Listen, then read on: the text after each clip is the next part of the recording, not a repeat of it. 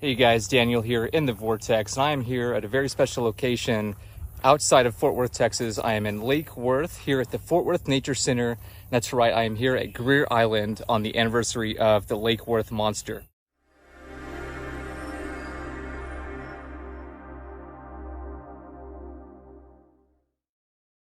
So back in July of 1969, when my good friend, the late Jim Mars, wrote the articles about this, he described what was known as a fishy man goat, or what later became known as the Texas goatman.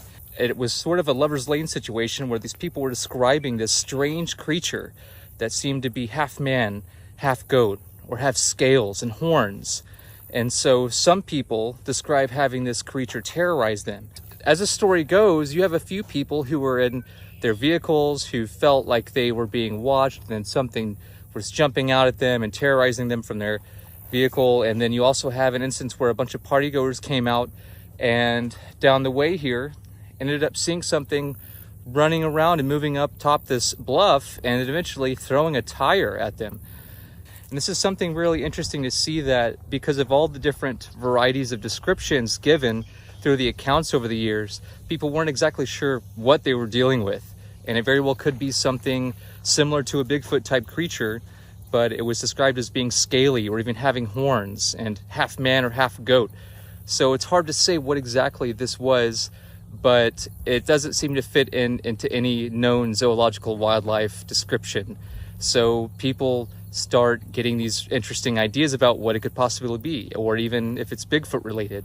But throughout the years, and even when Jim was trying to figure this out, Sally Ann Clark wrote a book about the Lake Worth monster, and various people have come out to see what's happening out here in Lake Worth and over here on Greer Island to figure out what exactly was being seen, if anything at all, if it wasn't just a prank. My friend Lyle Blackburn first took me out here a number of years ago to show and tell me all about what was going on with this Lake Worth monster and the history of where these sightings took place, along with what's still accessible to come and see now. And throughout the years, we've organized a few meetups and worked with the city to put together some of these Lake Worth Monster Bash events.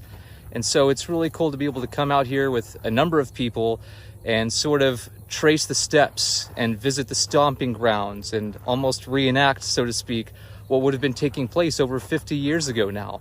And so it's great to see that the city has been on board with efforts to try to bring people out who are interested in finding out more about what the Lake Worth monster is, its history, and what it could mean for us today to understand how folklore like this can be important in understanding more about the possibilities of what's still out there.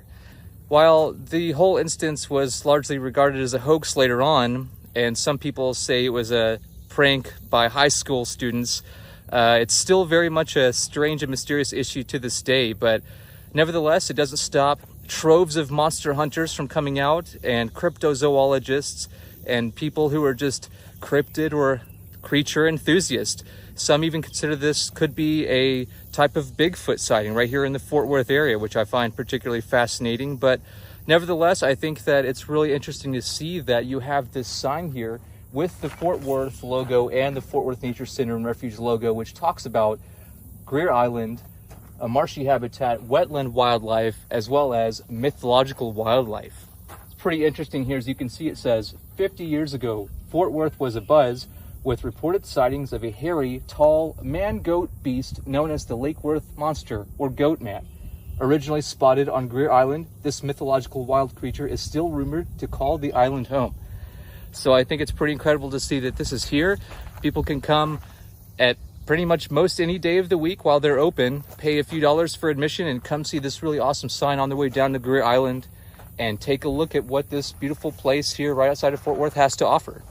So while there may be some strange things that happened back in '69, there very well could be something still out there or other places around to be found. So we won't know if we don't go. We're here doing just that. So we'll see you in the Vortex. If you liked this video, be sure to check out our other content and get connected on our page and social media sites. Every day, new discoveries are being made all across the world and beyond, so let's work together to find out what's next. And remember, We won't know if we don't go.